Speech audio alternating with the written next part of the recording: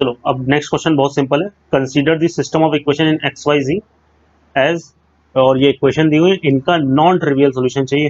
तो बस non trivial solution के लिए कुछ करना नहीं है, कोफिशिएंट से बनने वाला डिटर्मिनेंट जीरो कर लिया, सिंप्लीफाई कर लिया, स्टेप्स लिखे हुए सिंपल से हैं। Sine three theta cos two theta में एक इक्वेशन आई थी, तो पूरे में साइन वाले फॉर्मूले ओपन कर दिए, साइन का साइन थ्री थीटा और कॉस का साइन वाला हाफ एंगल। तो साइन में एक क्वाड्रेटिक आ गई और उसके ये रूट्स आ गए, मतलब उससे रूट्स आ जाएंगे जो काम के रूट्स होंगे। कंसिडरिंग द फैक्ट कि साइन थीटा -1 से 1 होता है, तो आपको दो काम की वैल्यू मिलेंगी, 0 और 1/2, इस इक्वेशन को सॉल्व करके जो सबसे नीचे लिखी हुई है। ठीक है, और फिर जनरल सोल्यूशन तो आपको लिखना आता ही है, तो एक ऑप्शन ये सही हो जाएगा और एक ऑप्शन ये सही हो जाएगा ना। आपको ये बात समझनी है कि ये जो डीपीपी के सोल्यूशन हैं, ये सोल्यूशन नहीं है, एक तरीके से आपको हिंट दी जा रही है ना, क्योंकि हम सोल्यूशन पूरा लिख दें और एक एक स्टेप एक्सप्लेन करें कि भाई ये देखो कि यहाँ पर मैंने 7 कॉमन लिया, फिर उसके बाद मैंने ये फॉर्मूले में ये 2 1 2 हुआ, फिर ये 2 कैंसिल हो गया, तो उसका कोई मतलब नहीं है। तो इनको आप जब भी देखो तो एज अ हिंट की तरह देखो और हमेशा आंसर खुद निकालने की जरूर कोशिश करो। चलो अब नेक्स्ट क्वेश्चन देखते हैं। इस क्वेश्चन में ये दिया हुआ है a² + b² + c² + ab + bc + c <= 0। ऐसा ही कुछ भी आपको कभी भी दिखे तो तुरंत आपके दिमाग में परफेक्ट स्क्वायर वाली चीज आनी चाहिए और फिर हमें इस डिटर्मिनेंट की वैल्यू निकालनी है। ठीक है, तो क्या करा हम लोग ने कि 2 से मल्टीप्लाई कर दिया दोनों साइड। ठीक, तो 2 से मल्टीप्लाई करेंगे तो ये क्या बन जाएगा, क्योंकि 2a² + 2b² + 2c² + 2ab + 2bc + 2c आ जाएगा, तो ये बन जाएगा a + b का होल स्क्वायर, b + c का होल स्क्वायर, c + a का होल स्क्वायर <= 0। अब तीन स्क्वायर्स का सम रियल नंबर्स के लिए नेगेटिव तो हो नहीं सकता, तो फिर इसका मतलब क्या हुआ कि इनको जीरो होना पड़ेगा। अब तीन स्क्वायर का सम जीरो तभी पॉसिबल है जब तीनों इंडिविजुअली जीरो हो, तो a + b, b + c, c + a क्या होगा, जीरो होगा।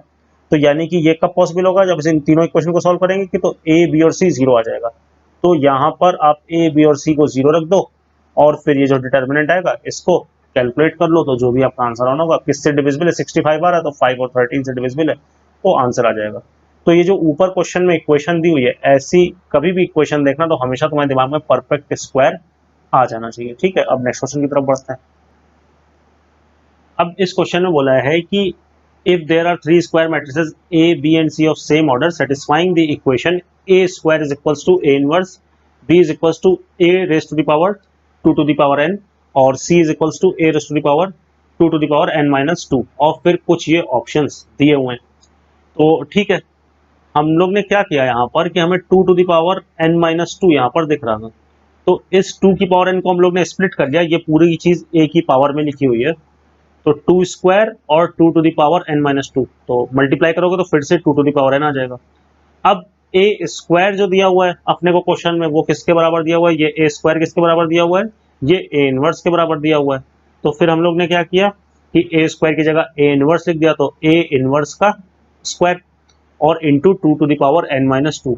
अब इन दोनों को इंटरचेंज कर सकते हैं, कोई दिक्कत नहीं होती, तो ये आ गया ए स्क्वायर का इनवर्स, और फिर ए स्क्वायर को फिर से क्या लिख दिया, ए इनवर्स लिख दिया, और ए इनवर्स का इनवर्स क्या आ गया, ए, तो ये क्या आ गया, A raise to the power 2 to the power n-2, और वो किसकी वैल्यू है, वो सी की वैल्यू है। तो अल्टीमेटली अगर आप ध्यान दो तो हम बी लेके चले थे और सी आ गया, तो यानी कि बी माइनस सी किसके बराबर होगी, बी माइनस सी जीरो के बराबर होगी। ठीक है, तो determinant of B minus C zero होगा और B plus C into B minus C, B minus C null matrix है, तो ये ऑप्शन भी सही होगा। ठीक है ना, चलो अब नेक्स्ट क्वेश्चन देखते हैं।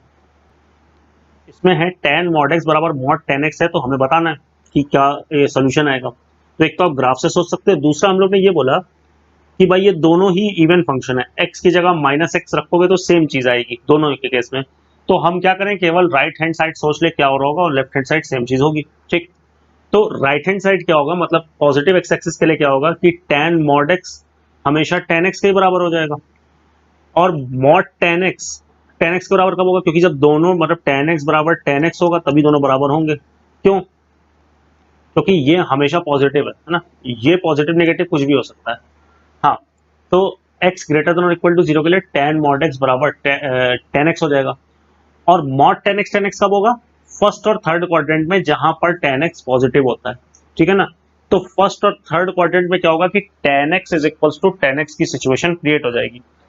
सेकेंड और फोर्थ में क्या होगा कि ये tan x निगेटिव होता है, तो ये माइनस tan x ओपन होगा mod tan x, तो उस केस में tan x बराबर माइनस tan x आ जाएगा, तो वो तो पॉसिबल होगा नहीं। वो केवल तब पॉसिबल होगा जब tan x 0 हो रहा होगा, तो वो ऑलरेडी फर्स्ट और थर्ड क्वाड्रेंट वाले केस से कवर हो जाएगा। तो यानी कि यहाँ पर हमारे सारे आंसर कौन से क्वाड्रेंट्स के आएंगे, फर्स्ट और थर्ड क्वाड्रेंट के आएंगे। तो अब वो आप चेक कर लेना कि किसमें फर्स्ट और थर्ड क्वाड्रेंट के आंसर्स मिल रहे हैं, वो ऑप्शन आपका सही हो जाएगा ना। और नेगेटिव एक्स एक्सिस के लिए हमें एनालिसिस करने की इसलिए जरूरत नहीं है क्योंकि ये इवन फंक्शन है, तो जैसा x पॉजिटिव के लिए हो रहा होगा वैसे ही x नेगेटिव के लिए हो रहा होगा। तो ये छोटे छोटे ऑब्जर्वेशन जो होते हैं ये हमारी टेंशन को एग्जाम में काफी कम कर देता है, तो आपको भी ये सब चीजें हमेशा ध्यान देनी है। ठीक है, अब नेक्स्ट क्वेश्चन देखते हैं। ये एक सिंपल सा क्वेश्चन है, let ABC be such that angle BAC is equal to 2π/3 और AB इंटू AC। तो AB यानी कि C और AC यानी कि B, CB का प्रोडक्ट 1 है तो C कितना हो गया 1/B। Then possible length of angle bisector of AD। तो एंगल बाइसेक्टर ऑफ AD की लेंथ का फॉर्मूला हमें पता है जो कि यहाँ पर लिखा हुआ है 2BC/B+C into cos A/2। Angle A दे रखा है 2π/3, तो 2π/3 रख दिया तो 2 से 2 कैंसिल हो गया, cos π/3 हाफ हो गया, वो हाफ इस 2 को कैंसिल कर देगा, तो AD ये आ गया। इस BC को हम लोग नीचे लेके चले गए तो ये आ गया 1/B प्लस 1/C, और 1/C की जगह हम लोग क्या रख सकते हैं, B रख सकते हैं।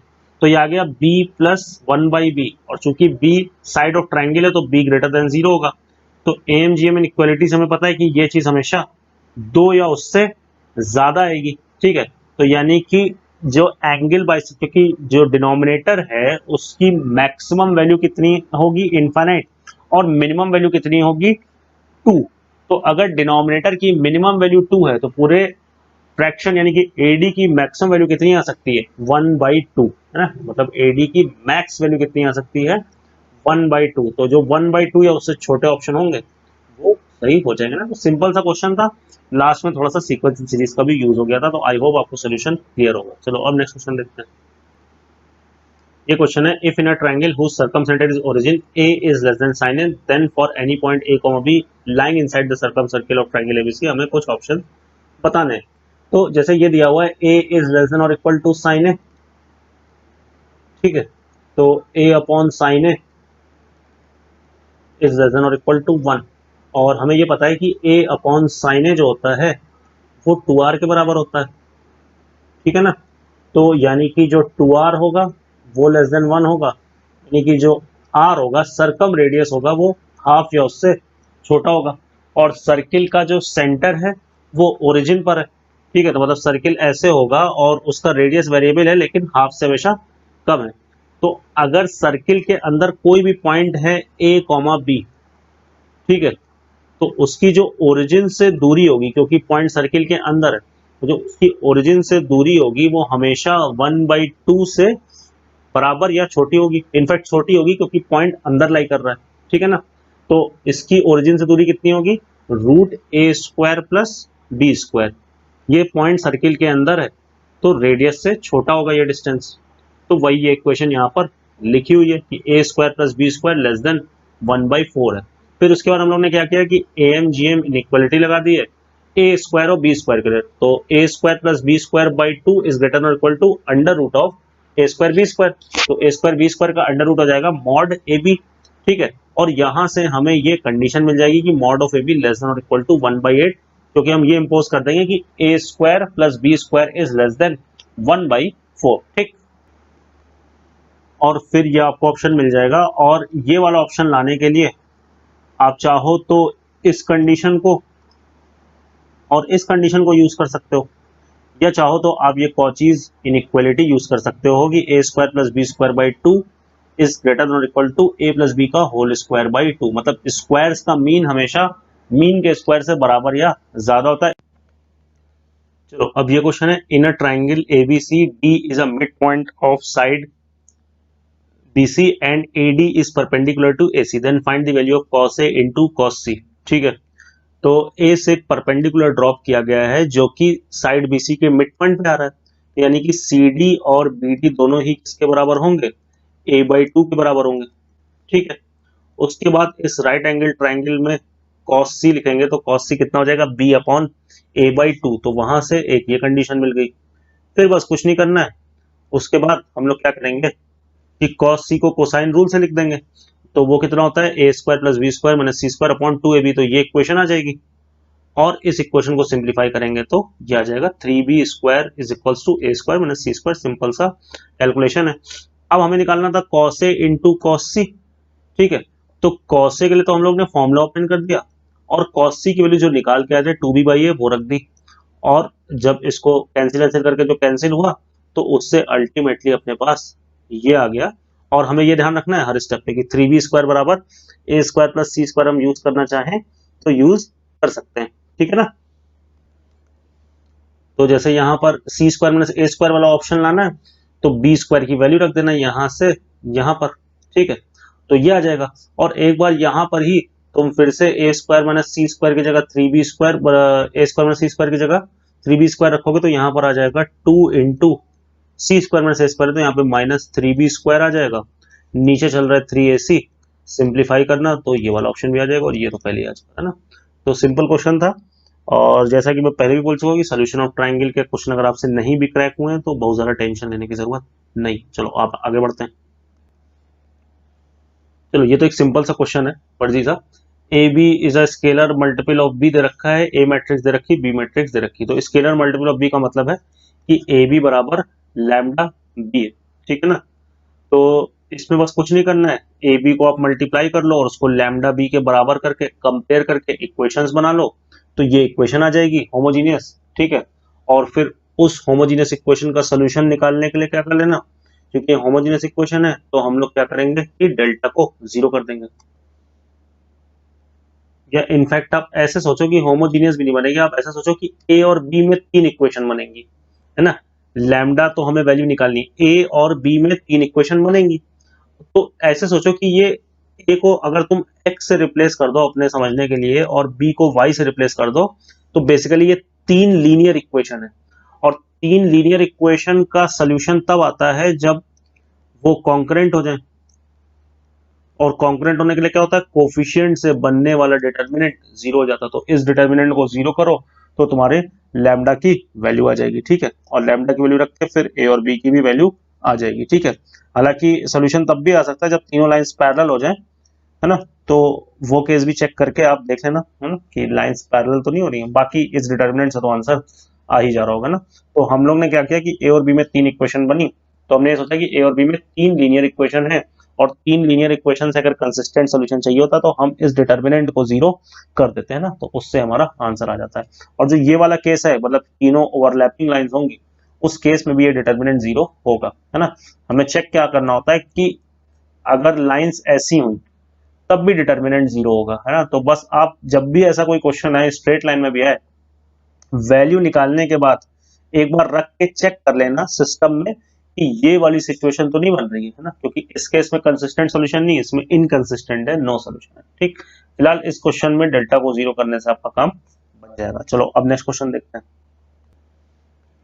देखो अब ये क्वेश्चन है, find the values of alpha for which given system of equation has consistent solution. ठीक है, तो सबसे पहले हम लोग डेल्टा चेक किया हम लोग ने, तो डेल्टा आप चेक करना वो जीरो आ जाएगा। अब सपोज कर लो डेल्टा नॉन जीरो आ जाता, तो तब तो ये सिस्टम कंसिस्टेंट हो ही जाता चाहे अल्फा कुछ भी होता, क्योंकि डेल्टा नॉन जीरो होते ही क्या हो जाता, यूनिक सोल्यूशन हो जाता क्रैमर्स रूल की हेल्प से। लेकिन डेल्टा जीरो आ गया तो फिर हम लोग क्या करेंगे कि अगर यूनिक मतलब अब कंसिस्टेंट सोल्यूशन आना है तो फिर इनफाइनाइट सोल्यूशन ही होगा, क्योंकि यूनिक सोल्यूशन की पॉसिबिलिटी खत्म हो गई। यूनिक सोल्यूशन तभी आता है जब डेल्टा जीरो होता है। ठीक, तो डेल्टा जीरो हुआ नहीं तो अब इनफाइनाइट सोल्यूशन के लिए जाएंगे, तो उसके लिए डेल्टा के साथ साथ डेल्टा वन, डेल्टा टू और डेल्टा थ्री को भी जीरो होना पड़ेगा। तो आप डेल्टा वन, डेल्टा टू और डेल्टा थ्री को जीरो करके देखना, तो जो इक्वेशन बनेगी उससे अल्फा की वैल्यू 1 और 2 आएगी। तो अब सपोज कर लो कि कई लोग क्या करते हैं कि सोचते हैं बस आंसर आ गया हमारा काम हो गया, लेकिन क्रैमर्स रूल में अगर चारों की चारों चीजें जीरो आ जाएं तब भी नो सोल्यूशन की पॉसिबिलिटी रहती है, जरूरी नहीं है कि इनफाइनाइट सोल्यूशन हो। When all deltas are zero it is possible that we might get no solution. So how do we check it कि whatever the value of alpha we have obtained is the correct value for infinite solution? तो उसके लिए हम लोग क्या करेंगे कि एक मैं आपको दिखा दे रहा हूं कि तीनों इक्वेशन में अल्फा को 1 रख दिया तो ये 3 इक्वेशन मिली। अब मान लो ऐसा दिख जाता कि इन दोनों को जोड़ के ये तीसरी इक्वेशन मिल रही है, ऐसा कुछ दिख जाता कि ये ओवरलैपिंग प्लेन्स हैं, तब तो काम बन जाता। लेकिन यहाँ पर ये प्लेन्स पैरेलल तो नहीं है, तो हम लोग क्या करते हैं ऐसे केस में, क्या करके देख सकते हैं कि भाई इनफाइनाइट सोल्यूशन है कि नहीं है। आप इन दोनों इक्वेशन में z को लैम्डा रख दो, तो एक इक्वेशन आ जाएगी x plus y is equals to 1 minus lambda, और एक इक्वेशन आ जाएगी x plus 2y is equals to 1 minus 4 lambda. इन दोनों को x और y के लिए सॉल्व कर लो, सॉल्व करके देख लेना, वो तुम्हारा काम है। तो x की वैल्यू आ जाएगी 2 लैम्डा प्लस 1, y की वैल्यू आ जाएगी तुम्हारे पास माइनस 3 लैम्डा, और यहां से z की वैल्यू तो हम लोग लैम्डा मान के चले थे। वो सारी वैल्यू तुम उठा के यहां पर रखो कि देखो इसको सेटिस्फाई कर रही कि नहीं। तो 2 lambda plus 1 minus 12 lambda plus 10 lambda is equals to 1। तो ये और ये कैंसिल हो गया, 1 बराबर 1 आ गया, यानी कि सेटिस्फाई कर रहा है। यानी कि ये जो अल्फा की वैल्यू 1 के करस्पॉन्डिंग जो तीन इक्वेशन मिली है उनका इनफाइनाइट सॉल्यूशन आ रहा है। अब सपोज कर लो यहाँ पे 1 बराबर 2 आ जाता, तो उस केस में ये नो सोल्यूशन हो जाता और फिर अल्फा की वैल्यू 1 रिजेक्ट हो जाती। तो ना, तो on a safer side specially in JEE advance हमें जरूर चेक करना चाहिए कि भाई चारों डेल्टा जीरो होने के बाद भी तो कहीं ऐसा नहीं हो रहा कि नो सोल्यूशन है ना। तो अच्छा क्वेश्चन था, ध्यान रखना इसको, ठीक है। चलो अब नेक्स्ट क्वेश्चन देखते हैं। चलो अब ये तो एकदम थ्योरेटिकल क्वेश्चन है, एक मैट्रिक्स दी हुई है और बोला गया कि इनवर्स ऑफ एम एग्जिस्ट कर रहा है और के नॉट इक्वल टू जीरो दूसरा स्टेटमेंट है। तो इसका इनवर्स एग्जिस्ट करने के लिए हमें ये चेक करना होता है कि डिटर्मिनेंट नॉन जीरो है कि नहीं। तो डिटर्मिनेंट ऑफ एम आप निकाल के देखना, वो आ रहा है -5k। तो अगर इनवर्स एग्जिस्ट करना है तो determinant of M non zero होगा, यानी कि -5k नॉन जीरो होगा, यानी कि k नॉन जीरो होगा। तो अगर k नॉन जीरो है तो डिटर्मिनेंट नॉन जीरो है, तो ये k नॉन जीरो ना अल्टीमेटली क्या इंप्लाई करेगा कि a इनवर्स एग्जिस्ट कर रहा है। या फिर अगर हम ये स्टेटमेंट बोले कि a इनवर्स एग्जिस्ट कर रहा है, तो ये चीज ये बताएगी कि डिटर्मिनेंट नॉन जीरो है, और डिटर्मिनेंट नॉन जीरो होना अल्टीमेटली क्या बताएगा कि k नॉन जीरो है। तो यानी कि दोनों ही स्टेटमेंट एक दूसरे को इंप्लाई कर रहे हैं। तो अब इनकरेक्ट पूछा गया है तो देख लेना। तो करेक्ट स्टेटमेंट होगा कि S1 implies S2 and S2 implies S1, है ना। तो यहाँ पर दोनों ऑप्शन में डज नॉट लगा दिया गया, तो ये वाले ऑप्शन जो है वो गलत हो जाएंगे और तीसरा तो गलत हो जाएगा, क्योंकि ये बोला है ना S1 S2 को इंप्लाई करा ना S2 S1 को। हमें इनकरेक्ट बताना है, करेक्ट क्या है, चौथा वाला है ना, कि S1 implies S2 as well as S2 implies S1, है ना। तो ये दोनों ही एक दूसरे को इंप्लाई कर रहे हैं। तो जिन ऑप्शन में इसके ऑपोजिट कुछ बोला गया है हमें इनकरेक्ट बताना था, तो आंसर के पॉइंट ऑफ व्यू से वही सही हो जाएंगे, ठीक है ना। तो ये तो बहुत सिंपल क्वेश्चन था और ये होप सभी ने कर लिया होगा। चलो अब नेक्स्ट क्वेश्चन देखते हैं। चलो अब नेक्स्ट क्वेश्चन कि the product of all values of T for which following system of equation has non trivial. तो नॉन ट्रिवियल सोल्यूशन मतलब डेल्टा जीरो किया, ठीक है। अब इससे क्या होगा कि एक क्यूबिक बनेगी, तो उस क्यूबिक के लिए हमें प्रोडक्ट ऑफ रूट चाहिए, ठीक है, और आंसर डिटर्मिनेंट की फॉर्म में दे रखा है। तो किसी भी क्यूबिक के प्रोडक्ट ऑफ रूट्स मैंने यहाँ पर लिख रखे हैं minus of constant term upon coefficient of T cube, यही होता है, ठीक है। तो देखो टी क्यूब का कोफिशिएंट कैसे बनेगा, जब ये तीनों मल्टीप्लाई होंगे, और ये जब तीनों मल्टीप्लाई होंगे तो टी क्यूब का कोफिशिएंट देखो -1 आएगा। तो ये माइनस और ये माइनस, ये मतलब इसकी वैल्यू आप -1 रखोगे, तो ये माइनस और ये वाला माइनस प्लस हो जाएगा। तो अल्टीमेटली प्रोडक्ट ऑफ रूट्स क्या आ रहा है, कांस्टेंट टर्म आ रहा है। और इस t के डिटर्मिनेंट के लिए कांस्टेंट टर्म निकालने के लिए आप क्या करना, इस डिटर्मिनेंट में t इज इक्वल्स टू 0 रख देना है। तो देखो हम लोग ने ओरली कैलकुलेट कर लिया कि हम लोग ने क्या कर दिया, t इज इक्वल्स टू 0, हमें ये इक्वेशन निकालने की जरूरत नहीं है ना। तो t इज इक्वल्स टू 0 रखोगे तो क्या जाएगा, ABC BCA CAB, तो ये जिस ऑप्शन में होगा वो सही हो जाएगा। तो बी ऑप्शन तो सही हो गया, ACB वाले ऑप्शन और इस टाइप के ऑप्शन तो गलत हो गए।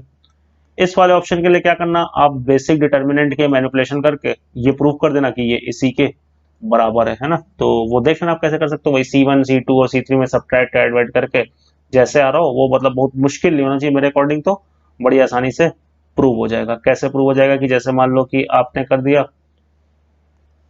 कि C1 और C3 को ऐड कर लेना, तो C1 और C3 को ऐड करोगे तो A plus B plus C आ जाएगा, और फिर उससे C2 सब्ट्रैक्ट कर देना तो ये CAB मिल जाएगा, और ऐसे ही एक बार C2 को रिड्यूस कर देना है ना, तो वो आसानी से कर लोगे, कोई दिक्कत नहीं आएगी, है ना। तो बाकी आई होप ये क्वेश्चन क्लियर होगा। मैं आपको ये बताना चाह रहा था कि एक्सपैंड करने की जरूरत नहीं है, टी क्यूब का कोफिशिएंट ऐसे ही बनेगा, मतलब जब आप दिस और फिर ब्रैकेट खोल के this into this minus this into this करते हो तो अल्टीमेटली टी क्यूब का कोफिशिएंट इस लीडिंग डायगोनल से ही बनेगा, और वो -1 साफ साफ दिख रहा है आएगा। ठीक है, तो अल्टीमेटली जो हमारा प्रोडक्ट ऑफ रूट्स था वो इस डिटर्मिनेंट का कांस्टेंट टर्म था, और कांस्टेंट टर्म कभी भी निकालना होता है तो टी को 0 रख देते हैं। चलो अब नेक्स्ट क्वेश्चन देखिए, इस टाइप का क्वेश्चन आपको अच्छे से आना चाहिए। इसमें ए और बी दो स्क्वायर मैट्रिक्स हैं ऑफ सेम ऑर्डर, और इस इक्वेशन को सेटिस्फाई कर रहे हैं ए बी बराबर ए और बी ए बराबर बी। ठीक है, और फिर A to the power 2015 B to the power 2015 इन सब के बारे में बताना है हमें। ठीक है, तो देखो बहुत सिंपल है कि जैसे ए बी बराबर ए दे रखा है, बी ए बराबर बी दे रखा है, तो हम लोग लिख सकते हैं कि ए स्क्वायर लिखा, ए स्क्वायर को लिख सकते हैं ए इंटू ए। अब इस वाले ए की जगह यानी कि पहले वाले ए की जगह हम लोग ने ए की वैल्यू रख दी जो कि कितनी थी, ए बी। ठीक है, और अब ए बी ए आ जाएगा इसको रखने से। अब बी ए की वैल्यू कितनी है, बी ए की वैल्यू है बी, तो ये क्या आ गया ए बी, और फिर से ए बी की वैल्यू कितनी है, ए बी की वैल्यू है ए, तो ए स्क्वायर बराबर आ गया ए। तो ऐसे ही आप ये फिर से एक बार स्टेप यही करना कि ए क्यूब के लिए देखना, ए की पावर 4 के लिए देखना, सबके सब ए के बराबर आ जाएंगे, और ऐसे ही बी की सारी पावर बी के बराबर आ जाएंगी, तो A to the power N A हो जाएगा, A to the B to the power N B हो जाएगा। ठीक, तो इसका मतलब अब हम ये ना निकाल के हमें क्या निकालना है एक तरीके से, a प्लस बी की पावर 2016। ठीक, क्योंकि a टू द पावर 2015 और b to the power 2015 a और b रेस्पेक्टिवली के बराबर हो जाएंगे। ठीक है, अब इसको भी हम धीरे धीरे करके रिड्यूस करते हैं। हमने सबसे पहले a प्लस बी का होल स्क्वायर लिखा, a square plus B square plus A B plus B है। ठीक है, तो ए बी किसके बराबर दे रखा है, ए के बराबर, बी ए किसके बराबर दे रखा है, बी के बराबर, ए स्क्वायर ए के बराबर हो जाएगा, बी स्क्वायर बी के बराबर हो जाएगा, तो ये twice of A plus B के बराबर आ जाएगा। ऐसे ही ए प्लस बी का होल क्यूब खोल के देखना है ना, तो उसको इस इक्वेशन ए प्लस बी का होल स्क्वायर ऑलरेडी कितना आ चुका है, twice of A plus B, और सिंप्लीफाई करना तो ये 4 टाइम्स ए प्लस बी आ जाएगा, ऐसे फोर्थ पावर में ये आ जाएगा 8। तो जब देखो यहां पर स्क्वायर था तो 2 की पावर 1 आई, फिर a प्लस बी का होल क्यूब होगा तो 2 की पावर 2 आ रही है, a प्लस बी की पावर 4 होगी तो 2 की पावर 2 आएगी, तो 2 की पावर 3 आएगी। तो जैसे ही जब a प्लस बी की पावर n होगा तो 2 की पावर n माइनस 1 आएगी, तो जब यहाँ पर 2016 होगा तो क्या आएगा अल्टीमेटली 2 की पावर 2015। तो ये वाला ऑप्शन सही हो जाएगा। बाकी अगर किसी को दिक्कत हो कि a प्लस बी के क्यूब को कैसे रिड्यूस किया गया तो वो देख लेते हैं। ये तो हम प्रूव कर चुके हैं कि a प्लस बी का whole square 2a plus B के बराबर है। तो अब मान लो a प्लस बी का होल क्यूब है, तो a प्लस बी का होल क्यूब हो जाएगा, a प्लस बी का स्क्वायर अलग करेंगे तो वो 2a प्लस बी हो जाएगा, और एक a प्लस बी तब भी बच जाएगा क्योंकि स्क्वायर अलग किया था। फिर से ये हो जाएगा a प्लस बी का होल स्क्वायर, और फिर से वो 2a प्लस बी के बराबर हो जाएगा, तो ये हो जाएगा 2 स्क्वायर a प्लस बी यानी कि 4a प्लस बी, जो कि आप देख सकते हो कि यहाँ पर लिखा भी होगा, है ना। ऐसे ही कर करके रिड्यूस करके देखेंगे तो पैटर्न दिख जाएगा। तो मैंने मैट्रिक्स में पहले बोला पैटर्न पहचानने की कई जगह हम लोग कोशिश करते हैं। चलो अब नेक्स्ट क्वेश्चन देखते हैं। फिर इस क्वेश्चन में तो एकदम पी क्यू आर एपी में दिए हुए हैं और आपसे इस डिटर्मिनेंट की वैल्यू के बारे में पूछा गया, तो इसमें तो बहुत एकदम सिंपल सा जो स्टेप दिया है आपको वही करना है, उसके बाद खुद ही आपको समझ में आ जाएगा। R1 tends to R1 minus R2 plus R3 करके देख लेना और बड़ी आसानी से आपका आंसर आ जाएगा। और वो फैक्ट अगर कहीं यूज करना पड़े कि पी क्यू आर एपी में है तो वो यूज कर लेना, है ना। तो ये तो सिंपल सा क्वेश्चन है, आई होप सभी कर लेंगे। तो 0 आ रहा है तो सारे ऑप्शन देख लेना, ये सही हो जाएगा, ये सही हो जाएगा, ये सही हो जाएगा, है ना। तो बस जो स्टेप बोला गया वो करके देखना और आंसर बड़ी आसानी से आ जाएगा। चलो अब नेक्स्ट क्वेश्चन देखते हैं। अब ये क्वेश्चन है कि ये दिया हुआ है, इसके बराबर है, मतलब एक क्यूबिक इक्वेशन बन रही है, तो हमें बताना है कि ABCD की वैल्यू क्या होगी, है ना। तो जाहिर सी बात है इतना लंबा डिटर्मिनेंट अगर हम ओपन करने लगे तो बहुत टाइम लग जाएगा, तो हमारे दिमाग में कई केसेस में ऐसे में डेरिवेटिव आना चाहिए, ठीक है। तो हम लोग ने f' निकाला, तो एक बार रो 1 का डिफरेंशिएशन किया, बाकी दोनों एज इट इज रहे, और एक बार रो 2 का डिफरेंशिएशन कॉलम 1 का डिफरेंशिएशन किया, बाकी दोनों एज इट इज रहे, एक बार कॉलम 2 का डिफरेंशिएशन किया, बाकी दोनों एज इट इज रहे, और कॉलम 3 का डिफरेंशिएशन तो 0 होगा। तो जब कॉलम 1 का डिफरेंशिएशन किया और कॉलम 2 और 3 एज इट इज रहे, तो देखो ये दोनों सेम बन गए, तो ये डिटर्मिनेंट 0 हो गया।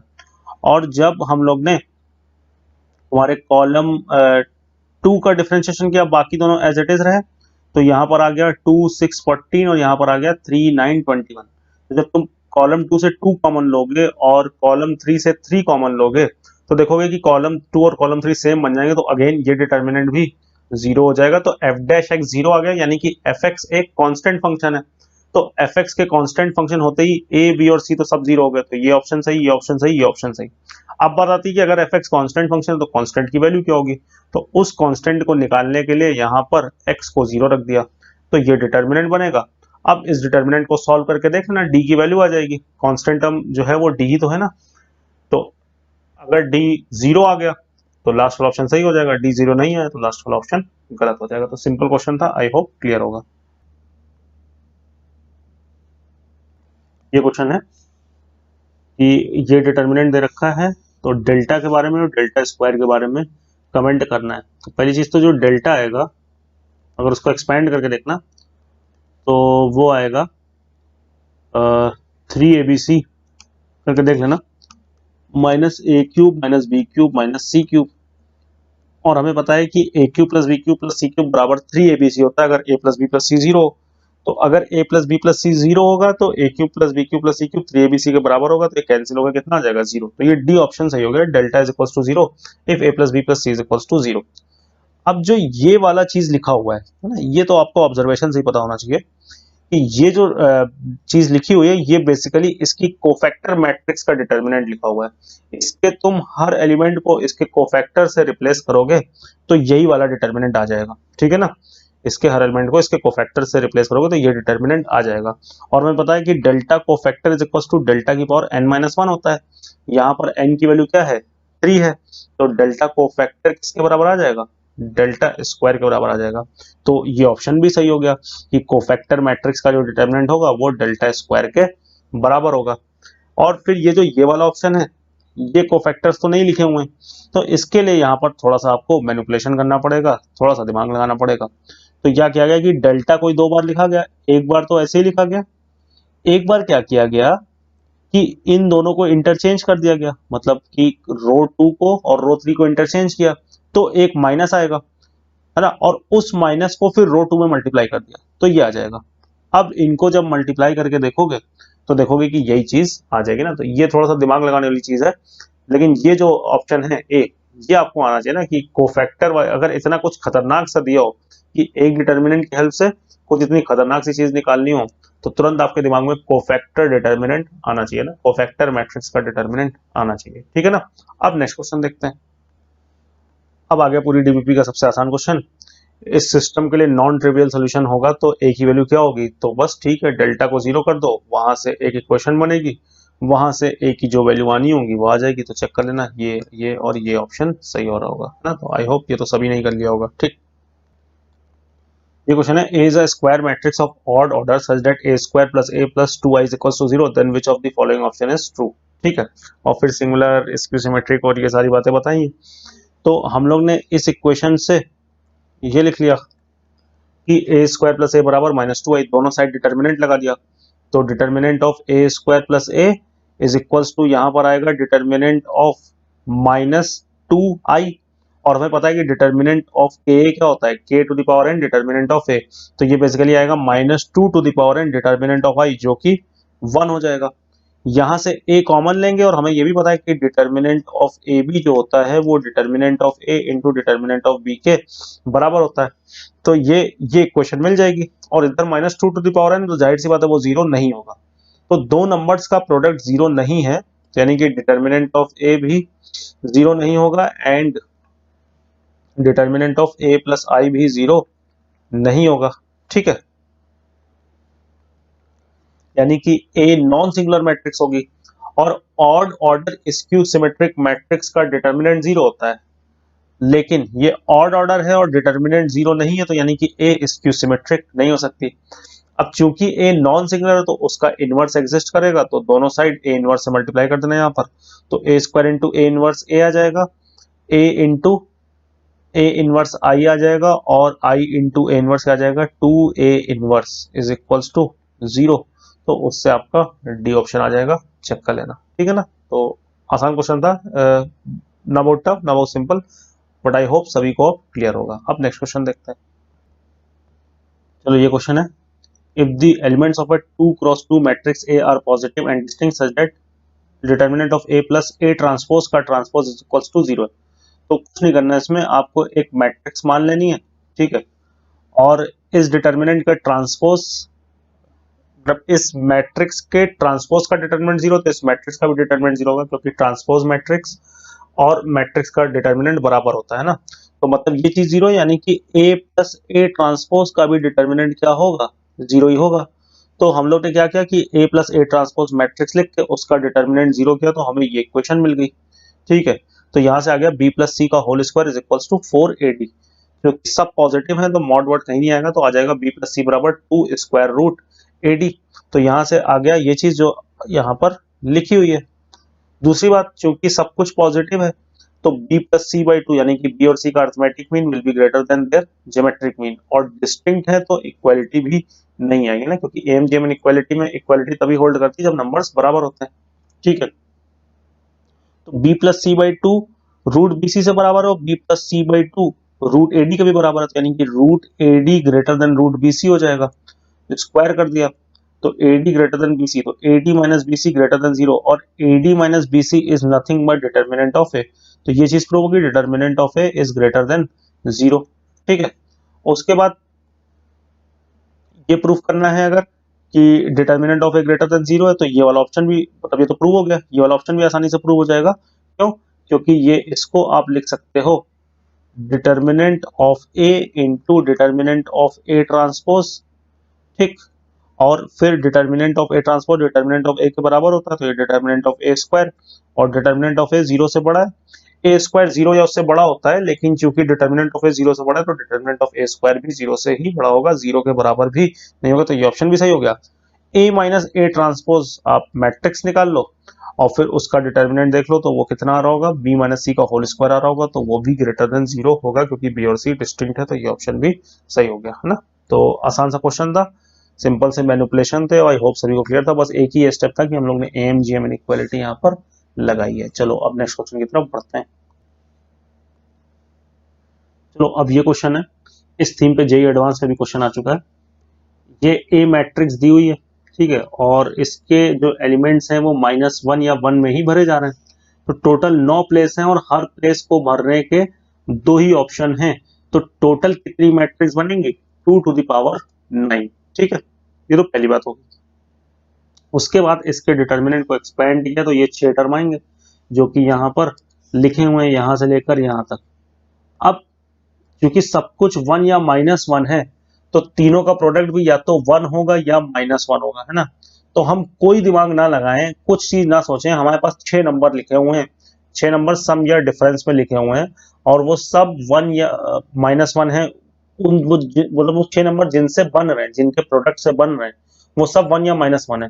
तो मैक्सिमम ये कहां तक जा सकता है, ये सम 6 तक जा सकता है, जब पहले 3 1 हो जाए और लास्ट के 3, ये मतलब A1 B3 C2 -1 हो जाए, माइनस माइनस प्लस हो जाएगा, तो लास्ट के 3 -1 होके माइनस माइनस प्लस होके मैक्सिमम ये 6 जा सकता है, और मिनिमम ये -6 जा सकता है जब ये लोग -1 होने लगे और ये लोग 1 होने लगे, तो -1 6 बार आएगा, तो -6।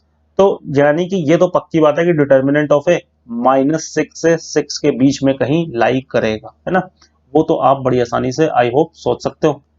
अब क्या हुआ कि इसमें आप जब मैट्रिक्स की बात करोगे तो जब सब कुछ क्या है 1 या -1 में है, तो जब आप C1 tends to C1 plus C2 करोगे और C2 tends to C2 plus C3 करोगे, C2 tends to C2 plus C3 करोगे, तो क्या होगा, 1 में -1 ऐड होगा, 1 में 1 ऐड होगा, या फिर -1 में -1 ऐड होगा, या फिर -1 में 1 ऐड होगा, है ना। तो कुछ भी हो, 2 ऑड नंबर का सम आएगा। जब C1 tends to C1 plus C2 करोगे तो जो पहला कॉलम होगा उसमें 2 ऑड नंबर का सम आएगा, और 2 ऑड नंबर का सम हमेशा होता है इवन। ठीक है, तो पहले कॉलम में इवन नंबर बन जाएंगे। C2 tends to C2 plus C3 करोगे तो C2 में भी ऑड नंबर होंगे 1 या -1, C3 में भी ऑड नंबर होंगे 1 या -1, तो C2 में भी इवन नंबर आ जाएंगे। ऑड प्लस ऑड हमेशा इवन होता है। तो अब चूंकि पूरे C1 में इवन नंबर लिखे हुए हैं, तो एक 2 C1 से निकलेगा और एक 2 C2 से निकलेगा, तो यानी कि डिटर्मिनेंट के बाहर कितना आ जाएगा, 4 आ जाएगा। तो यानी कि जो भी हमारा डिटर्मिनेंट होगा वो 4 का मल्टीपल होगा, और डिटर्मिनेंट की वैल्यू -6 से 6 के बीच में थी, तो -6 से 6 के बीच में 4 के कितने मल्टीपल आएंगे, 3 आएंगे, -4 0 या 4, तो ये वाला ऑप्शन सही हो गया ना। तो अच्छा क्वेश्चन था, जो जेई एडवांस में क्वेश्चन आया था उसमें आई गेस -1 0 और 1 से मैट्रिक्स बना रहा, तो पूछा गया था डिटर्मिनेंट की मैक्सिमम वैल्यू क्या आएगी, तो वो 4 आएगी, है ना, क्योंकि जीरो तो हमेशा मैग्नीट्यूड को कम ही कर रहा होगा ना, तो जीरो को इग्नोर करते हुए भी आप बनाओगे तभी मैक्सिमम वाली केस हो सकता है बन पा रहा हो, और उस केस में भी डिटर्मिनेंट निकाल के देखना, डिटर्मिनेंट ऑफ ए की मैक्सिमम वैल्यू कितनी आएगी, 4 आएगी। बाकी 1 और -1 पे तो हम लोग ने देख लिया कि 4 आ रही है, ठीक है। तो डिटर्मिनेंट ऑफ ए की 3 पॉसिबल वैल्यू क्या आई, -4, 0 और 4, ठीक। और ये हम लोग ने कैसे पता लगाया, हम लोग ने देखा कि C1 tends to C1 plus C2 और C2 tends to C2 plus C3 करेंगे, तो इस कॉलम में इवन नंबर, इस कॉलम में इवन नंबर, तो 2 कॉमन निकलेगा, 4 आएगा, तो 4 का मल्टीपल होगा, तो -6 से 6 के बीच में जितने 4 के मल्टीपल थे वो लिख दिए। अब नेक्स्ट क्वेश्चन, चलो। अब जैसे ये क्वेश्चन है, तो पहली बात तो ये क्वेश्चन एग्जाम में आना मुश्किल है, क्योंकि इसमें जो नंबर ऑफ कॉलम है वो 4 है, तो हम लोग 3 तक ही पढ़ते हैं, लेकिन फिर भी आसान सा क्वेश्चन है, आपने सॉल्व भी कर लिया होगा मोस्ट प्रॉब्ली। इसमें क्या बोला गया है कि ये सारे के सारे ऑल अननोन जो आपको दिख रहे हैं यहाँ पर, वो डिस्टिंक्ट इंटीजर है और 2 4 5 6 8 9 के बीच में है, और क्या दिया हुआ कि entries of first row, third row, first column और फोर्थ कॉलम सब किसके बराबर है, के के बराबर है ना, तो सारी एंट्रीज को आप के बराबर कर दो, ठीक है, कि ये फर्स्ट रो की एंट्री है ना, फिर ऐसे ही थर्ड रो की एंट्री क्या हो जाएगी, E प्लस एफ प्लस 13 है ना, ऐसे ही फर्स्ट कॉलम की एंट्री क्या हो जाएगी तुम्हारी 10 प्लस सी हो जाएगी, और ऐसे ही इसकी हो जाएगी फोर्थ कॉलम की 4 प्लस डी, सब के बराबर है, तो ए बी और ई एफ और सी और डी इनकी वैल्यू निकालनी है, और इस सेट में आ रहा है। तो अब जैसे मान लो कि ये वाली इक्वेशन है कि हम लोग ने इनको बराबर कर दिया कि 10 प्लस सी बराबर 11 प्लस डी कर दिया, ठीक। तो 10 और 11 में 1 का डिफरेंस है, तो सी और डी कुछ ऐसे नंबर ऐड करें कि उनमें भी 1 का डिफरेंस हो, और सी और डी इस सेट से उठाने, तो ऐसे नंबर्स कौन से हैं जिनके बीच में 1 का डिफरेंस है, तो एक तो आप उठा सकते हो 9 और 8, मतलब कि 10 प्लस इधर से ले लें सी की वैल्यू 9 और इधर से ले लें 11 प्लस 8, या फिर हम लोग ऐसे भी कर सकते हैं कि 5 और 6 से ये काम करते हैं कि 10 plus 6 is equals to 11 plus 5, है ना, तो ये काम किया जा सकता है। ऐसे ही आपका 4 और 5 में भी 1 का ही डिफरेंस है, तो 10 plus 5 is equals to 10 plus 5 is equals to आ जाएगा 11 प्लस 4, है ना, तो इस टाइप से आपको कॉम्बिनेशन बना के देखने हैं इस सेट से, और आई होप आप आसानी से आंसर निकाल लोगे। अब बाकी कंस्ट्रेंट को भी सेटिस्फाई करा के दिखाना कि जैसे 8 प्लस ए प्लस बी को भी 10 प्लस सी के बराबर होना है, तो वो सारे कंस्ट्रेंट को फिट करके देखना कौन कौन से ऑप्शन मैच कर रहे हैं, और कोई प्रॉब्लम आ रही हो तो आप कमेंट में लिख देना। अब नेक्स्ट क्वेश्चन की तरफ बढ़ते हैं। फिर ये क्वेश्चन पूरा प्रोसीजरल क्वेश्चन है, x माइनस वाई 1/3 दे रखा है, और ये क्वेश्चन दे रखी है, और इसके सोल्यूशन पर आपको कमेंट करना है, ठीक है ना। तो बस कुछ नहीं किया, यहाँ पर y की वैल्यू जो है इस इक्वेशन में रिप्लेस कर दी है, और y की वैल्यू कितनी आ रही है, x माइनस 1/3। उसके बाद ये एक इक्वेशन बन जाएगी, इसमें ये मतलब साइन ऑफ समथिंग का होल स्क्वायर बन जाएगा, तो साइन a माइनस बी का फॉर्मूला ओपन कर दिया है, और ओपन करके वही साइन a माइनस बी का sine a cos b, cos a sine b type की चीज, और फिर उसका भी होल स्क्वायर ओपन कर दिया, ठीक है। फिर थोड़े से मैनिपुलेशन करके आप लाइक टर्म्स को एक साथ लाके थोड़ा सा मैनिपुलेशन करना, और आखिरी में देखोगे जो स्टेप लिखे हैं ना, स्टेप इसमें सेल्फ एक्सप्लेनेटरी है, तो मैं इससे ज्यादा एक्सप्लेन नहीं कर रहा हूँ, और यहाँ पर इक्वेशन आपकी पहुंच जाएगी, कॉस ऑफ समथिंग 1 है, तो यानी कि समथिंग 2n पाई होगा, और वहां से फिर आपका आंसर आ जाएगा। आप देख लेना कौन कौन से n की n इंटीजर है, तो अलग अलग इंटीजर पे आप देख लेना कि कौन कौन से ऑप्शन मैच कर सकते हैं, ठीक है। तो फाइनल आंसर है वो है n प्लस 1/6। अब n की वैल्यू रख के देख लो कौन कौन से ऑप्शन आ रहे हैं, ठीक, और x की वैल्यू आ जाएगी n रखने से, और फिर y की वैल्यू इस इक्वेशन में रखने से आ जाएगी। बाकी ये इक्वेशन जो है वो कैसे बन रही है उसका पूरा सोल्यूशन है, तो उसमें आई डोंट थिंक आपको कहीं भी दिक्कत आएगी, है ना, जैसे मैंने बोला था प्रोसीजरल क्वेश्चन है, सॉल्व हो जाएगा। अब नेक्स्ट क्वेश्चन देखते हैं।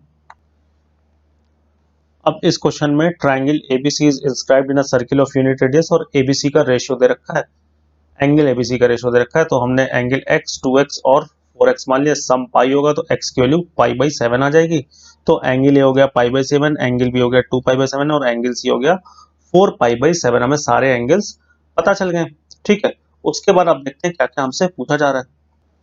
तो जैसे पहले ऑप्शन में पूछा गया cos 2a plus cos 2b plus cos 2c, तो ये तो आपने पढ़ा होगा, कंडीशनल आइडेंटिटी होती है ट्राइंगल के लिए कि cos 2a, ट्राइंगल के केस में cos 2a plus cos 2b plus cos 2c किसके बराबर होता है, -1 -4 cos a cos b cos c।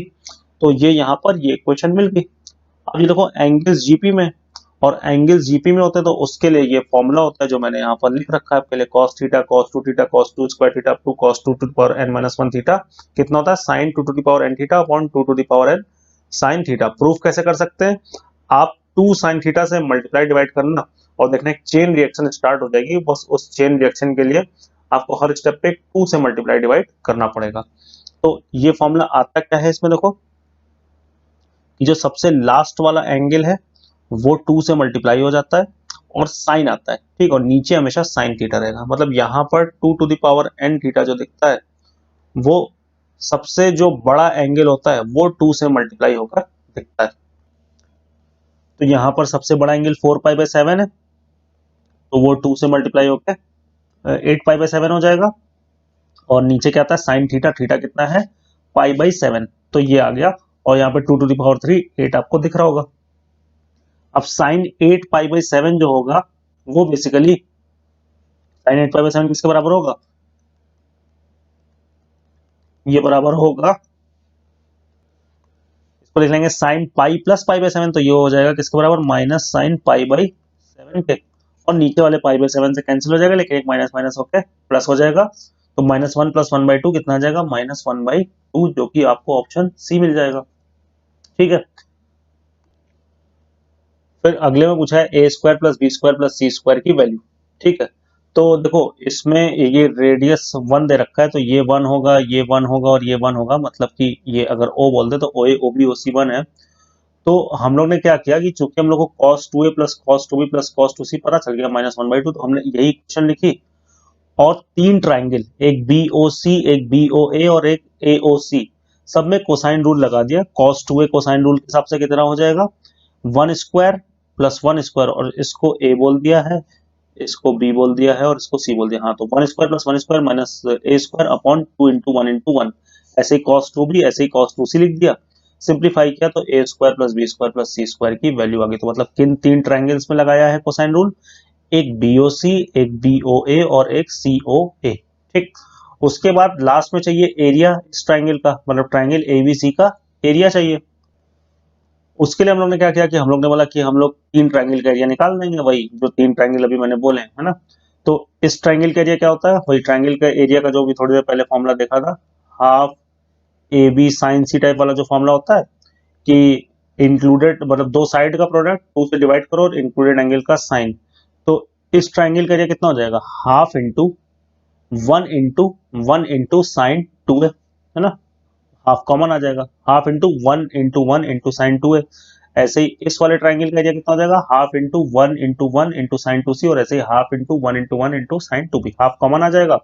Sign 2a plus sine 2b plus sine 2c हमें पता है कि ट्राइंगल के लिए किसके बराबर होता है, कंडीशनल आइडेंटिटी से साइन ए साइन बी साइन सी के बराबर होता है, sorry 4 sin A sin B sin C के बराबर होता है, sin 2A plus sin 2B plus sin 2C 4 sin A sin B sin C के बराबर होता है। आपको याद होना चाहिए, ठीक, जैसे tan A plus tan B plus tan C tan A tan B tan C के बराबर होता है ट्राइंगल में, वैसे ही sin 2A plus sin 2B plus sin 2C जो होता है वो 4 sin A sin B sin C के बराबर होता है। ठीक है,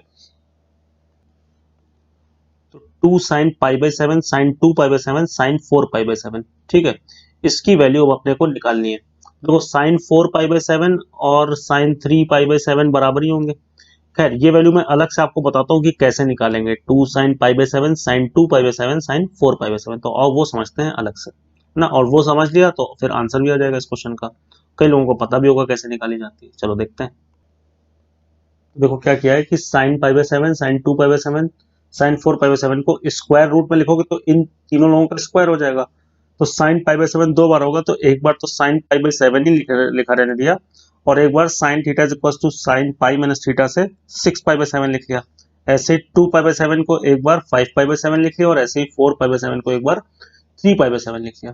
फिर ये कॉम्प्लेक्स नंबर में एक फॉर्मूला होता है sin π/n sin 2π/n sin 3π/n up to sin n-1 π/n कितना होता है n/2 to the power n-1। तो इसमें क्या होता है कि साइन के एंगल्स का प्रोडक्ट होता है और साइन का प्रोडक्ट होता है और एंगल्स जो हैं वो एपी में होते हैं, ठीक है। और एपी कैसे चलती है, ये नीचे एन कांस्टेंट रहता है, ठीक है, और कहां तक जाती है, इससे एक छोटे नंबर तक जाती है, मतलब pi by n, 2 pi by n, 3 pi by n, है ना, ऐसे करके, मतलब ऐसे पाई बाई 5 है तो 4 पाई बाई 5 तक जाएगी। तो ऐसे यहाँ पर पाई बाई 7 है तो 6 पाई बाई 7 तक जाएगी। तो आंसर क्या आता है, n upon 2 to the power n minus 1। तो अंदर वाले का प्रोडक्ट कितना हो जाएगा, 7 अपॉन 2 टू द पावर 6, और फिर पूरे पे अंडर रूट लगाए तो पूरे पे अंडर रूट अपने पास भी आ जाएगा। तो इसको वापस जाके उस क्वेश्चन में रख देना जाके जहां तक हम लोग ने कैलकुलेट कर लिया था, और देख लेना कौन सा ऑप्शन मैच कर रहा है। चलो अब नेक्स्ट क्वेश्चन देखते हैं। देखो अब ये क्वेश्चन है कि square matrix A is set to be orthogonal if A transpose into A is equals to identity matrix is equals to A into A transpose, और फिर कुछ ऑप्शंस दिए हुए हैं, ठीक है। और ये जो पहला क्वेश्चन की जो थीम है उस थीम पे जेईई एडवांस भी क्वेश्चन पूछ चुका है। तो इसमें एक ए मैट्रिक्स दी हुई है, पी ऑर्थोगोनल मैट्रिक्स है। पी ऑर्थोगोनल मैट्रिक्स है मतलब कि पी ट्रांसपोज इंटू पी हो या फिर पी इंटू पी ट्रांसपोज, दोनों ही किसके बराबर आएंगे, आई के बराबर आएंगे, ठीक है। उसके बाद Q जो है वो P ट्रांसपोज AP है और इसकी वैल्यू निकालनी है P Q to the power 2015 और P ट्रांसपोज, ठीक। सबसे पहले तो इसमें तुम A स्क्वायर निकाल के देख लेना, वो बाद में जरूरत पड़ेगी, लेकिन यहाँ कोई सस्पेंस थ्रिलर चल नहीं रही है, तो मैं पहले आपको बता दूं कि A स्क्वायर निकाल के देख लेना, वो आइडेंटिटी मैट्रिक्स के बराबर आ जाएगा। फिर ये जो Q टू द पावर 2015 था उसको ब्रेक कर लिया, 2015 टाइम्स लिख लिया। फिर Q की वैल्यू P ट्रांसपोज AP थी, तो हर Q की जगह वो रख दिया P transpose AP, P transpose AP, P transpose AP, P transpose AP। तो हर जगह देखो P इंटू P ट्रांसपोज जहां जहां अगल बगल आए वो सब के सब आइडेंटिटी मैट्रिक्स बन गए। तो केवल A बच गया कितने बार, 2015 बार। तो A को लिख लिया A into A to the power 2014, और 2014 को क्या लिख लिया, A स्क्वायर की power 1007। A square identity matrix के बराबर था, तो ये आ जाएगा A into I to the power 2007, और अब वो आई हो जाएगा तो ये कितना आ जाएगा, A के बराबर आ जाएगा, ठीक है। उसके बाद दूसरे में है कि P is a orthogonal matrix of order P and alpha beta gamma are direction cosines of a straight line, मतलब कि cos स्क्वायर अल्फा। अब इस टाइप का क्वेश्चन तो आना मुश्किल है। cos square beta plus cos square gamma जो होगा वो 1 होगा, और sine square alpha plus sine square, cos को साइन में कन्वर्ट कर लो, sine square beta plus sine square gamma जो होगा वो 2 होगा, ठीक। वो निकाल के देख लेना। तो इसमें भी ये चीज फिर दी हुई है और हमें पता करना है कि ये चीज क्या आएगी, P Q to the power 6 P transpose जो है वो 2 to the power k A के बराबर है। तो देखो इसमें मैं हिंट दे रहा हूं, तुम A स्क्वायर निकाल लेना पहले, और देखना A स्क्वायर किसी सर्टेन मैट्रिक्स के बराबर आ रहा होगा। बाकी पिछला पार्ट देख के ये चीज तो क्लियर आ गई होगी कि ये चीज किसके बराबर आने वाली है, ये बेसिकली बराबर आने वाली है, जैसे ही Q की वैल्यू रखोगे तो ये A की पावर 6 के बराबर आ जाएगी, जैसे पिछले में A की पावर 2015 के बराबर आई थी, तो इस पार्ट के लिए A की पावर 6 के बराबर आ जाएगी। तो बेसिकली आ जाएगा A to the power 6 is equal to 2 to the power A। तो मतलब कि A टू द पावर 6 को A मैट्रिक्स के टर्म में लाना है ना, तो A स्क्वायर पहले निकालना हो, फिर देखना उससे क्या हो रहा है। तो जैसा कि यहाँ सोल्यूशन में दिया हुआ है आप निकाल के देखना, A स्क्वायर 2A के बराबर आएगा, फिर A क्यूब जो होगा, A क्यूब को लिख लेना A square into A square को 2A, तो 2A into A 4A square, और 2A स्क्वायर, और फिर A स्क्वायर को 2 रखना तो 4A है ना, ऐसे करके देखोगे तो A to the power 6 to the power 5 A के बराबर आ जाएगा, ठीक है। ये तो एक बात हो गई। तो ये क्वेश्चन उतना इंपॉर्टेंट नहीं है, लेकिन जो 38 क्वेश्चन है वो काफी इंपॉर्टेंट है। देखो ये आपको होपफुली क्लास में पढ़ाया भी गया होगा, और यहाँ पर क्या है कि जैसे कोई मैट्रिक्स दी हुई है ना, और हमसे बोला जा रहा है कि वो ऑर्थोगोनल मैट्रिक्स है। तो ऑर्थोगोनल मैट्रिक्स का मतलब क्या है कि इस मैट्रिक्स को इसके ट्रांसपोज से मल्टीप्लाई करेंगे तो क्या होगा, एक आइडेंटिटी मैट्रिक्स आती है, ठीक। तो जब कंपेयर करोगे आइडेंटिटी मैट्रिक्स से तो 9 इक्वेशन बनेंगे, मतलब इसको इसके ट्रांसपोज से मल्टीप्लाई कर देना तो 9 एलिमेंट आएंगे, और सामने क्या होगा 1 0 0 0 1 0 0 0 1 है ना। तो जब सबको कंपेयर करोगे तो 9 इक्वेशंस मिलेंगी p q r x y z और ए बी सी में, ठीक है। और उसको ऑब्जर्व करने के बाद हम लोग कंक्लूजन निकालते हैं कि जो ऑर्थोगोनल मैट्रिक्स है 3 क्रॉस 3 को हम क्या मान सकते हैं कि उसकी रो या कॉलम में तीन म्यूचुअली परपेंडिकुलर यूनिट वेक्टर लिखे होते हैं। जो 9 कंडीशंस आती हैं वो 9 कंडीशन जब तुम निकाल के देखना तो एक आएगी कि p square plus q square plus r square is equal to 1, फिर एक आएगी x square plus y square plus z square is equal to 1, फिर एक आएगी a square plus B square plus c square is equal to 1। और कौन सी 9 condition? जब इनको इसको इसके ट्रांसपोज से मल्टीप्लाई करके आइडेंटिटी मैट्रिक्स से कंपेयर करोगे। और 6 क्वेश्चन क्या आएंगी? ऐसे आएगी p x plus q y plus r z is equal to 0, x a plus y b plus z c is equal to 0, p a plus q b plus r c is equal to 0। तो याद रखने का तरीका क्या होता है कि ये सोचो कि ये एक वेक्टर लिखा हुआ है, ये एक वेक्टर लिखा हुआ है, ये एक वेक्टर लिखा हुआ है और ये तीनों यूनिट वेक्टर हैं। तो तीनों यूनिट वेक्टर होंगे तो इनका मैग्नीट्यूड 1 होगा, तो p square plus q square plus r square 1 हो जाएगा। एंड नीचे ऐसे दो, और ये म्यूचुअली परपेंडिकुलर यूनिट वेक्टर है तो पी एक्स क्यू वाई और आर जेड इनका सम क्या आएगा? 0 आएगा, डॉट प्रोडक्ट 0 होगा। और ये रो वाइज ना बोल के कॉलम वाइज भी बोल सकते हो, मतलब p square plus x square plus a square भी कितना होगा? 1 होगा, q square plus y square plus B square भी 1 होगा, r square plus z square plus c square भी 1 होगा, है ना। तो ये एक मैट्रिक्स दी हुई है और ये ऑर्थोगोनल है, तो इसमें रो वाइज या column wise 3 mutually perpendicular unit vector होंगे। तो जैसे देखो इसको मल्टीप्लाई करो तो 2b a b minus a b, तो देखो डॉट प्रोडक्ट 0 ही आ रहा होगा इस कॉलम और इस कॉलम का, ठीक। उसके बाद ए स्क्वायर प्लस ए स्क्वायर जो है, क्योंकि मैग्नीट्यूड 1 होगा तो ये 1 हो जाएगा, 4b square plus B square plus B square भी 1 होगा, और c square plus c square plus c square भी 1 होगा, है ना। तीनों का मैग्नीट्यूड 1 हो गया, तो उससे एबीसी की वैल्यू मिल जाएगी। अब तो फिर देख ही लोगे कौन सा ऑप्शन मैच करा ना, तो 36 मॉड एबीसी की वैल्यू चाहिए तो वो निकाल के देख लेंगे, ठीक है ना। तो ये चीज याद रखना, ये इंपॉर्टेंट क्वेश्चन है, जेईई मेन में आ भी चुका है। अब नेक्स्ट क्वेश्चन की तरफ बढ़ते हैं। ये क्वेश्चन है f x is equal to this, f zero is equal to 1/4 और ये बॉक्स ऑफ ये निकालना है, ठीक है ना। तो इसमें क्या होगा कि इसको आप डिफरेंशिएट करके देखना x के रिस्पेक्ट में, और एफ डैश एक्स जब निकालोगे तो देखोगे कि वो 0 आ जाएगा, यानी कि एफ एक्स क्या हो जाएगा? एक कांस्टेंट फंक्शन हो जाएगा। तो एफ एक्स कांस्टेंट फंक्शन हो जाएगा तो जो उसकी 0 पर वैल्यू है वही हमेशा वैल्यू होगी। तो एफ एक्स कितना हो जाएगा? 1/4, एफ डैश एक्स निकाल कर रखना 0 आ जाएगा ना, कोई दिक्कत नहीं आएगी इसमें, ठीक। तो एफ एक्स हमेशा 1/4 है, तो अब summation r is equal to 1 से लेकर 15 एफ एक्स आर निकालना है। तो एफ एक्स की वैल्यू तो हमेशा ही 1/4 होगी, तो ये समेशन 15 बार चलेगा और हमेशा वैल्यू 1/4 आएगी। तो 15 इंटू 1/4 का बॉक्स निकालना है, तो 15 इंटू 1/4 का बॉक्स कितना आ जाएगा? 3 आ जाएगा। ग्रेटेस्ट इंटीजर कितना आ जाएगा? 3 आ जाएगा, ठीक है ना। चलो अब नेक्स्ट क्वेश्चन देखते हैं। यह consider a square matrix A of order 2 whose 4 distinct elements are 0 1 2 4। तो हमें बताना है n क्या है, डिनोट नंबर ऑफ मैट्रिसेस। तो जैसे आप मान लो कि जैसे तुमसे कोई ये पूछे कि टोटल कितनी मैट्रिक्स बनेंगी, ठीक है। तो क्या होगा कि पहली प्लेस को भरने के 4 ऑप्शन, इसको भरने के 3 ऑप्शन, इसको भरने के 2 ऑप्शन, इसको भरने के 1 ऑप्शन, है ना। तो टोटल मैट्रिक्स कितनी बनेंगी? टोटल मैट्रिक्स बनेंगी 24, ठीक।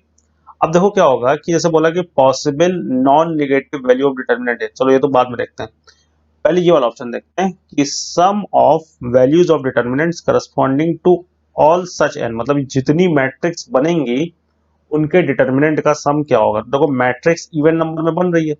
अब जैसे मान लो कि एंट्री 0 1 2 4 से है, तो मैंने एक ऐसे कुछ डिटर्मिनेंट रैंडमली बना लिया 0 1 2 4, ठीक है।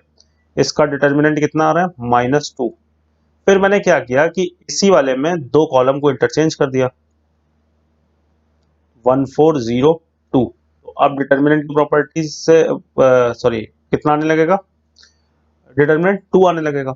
तो मैं क्या करूंगा कि 12 कोई भी बना, 24 है टोटल, तो मैं 12 बना लूंगा कोई भी रैंडम डिटर्मिनेंट्स, और फिर बाकी 12 कैसे बनाऊंगा? उनके कॉलम इंटरचेंज करके, ठीक। तो जो 12 का सम आया होगा और कॉलम इंटरचेंज करने से डिटर्मिनेंट की वैल्यू में एक माइनस आ जाता है, तो 12 का जो डिटर्मिनेंट आया होगा बचे हुए 12 में उनका नेगेटिव डिटर्मिनेंट आ जाएगा, तो सम सबका कितना आ जाएगा? 0 आ जाएगा ना। तो बी किससे मैच होगा? एस से मैच होगा, ठीक है ना।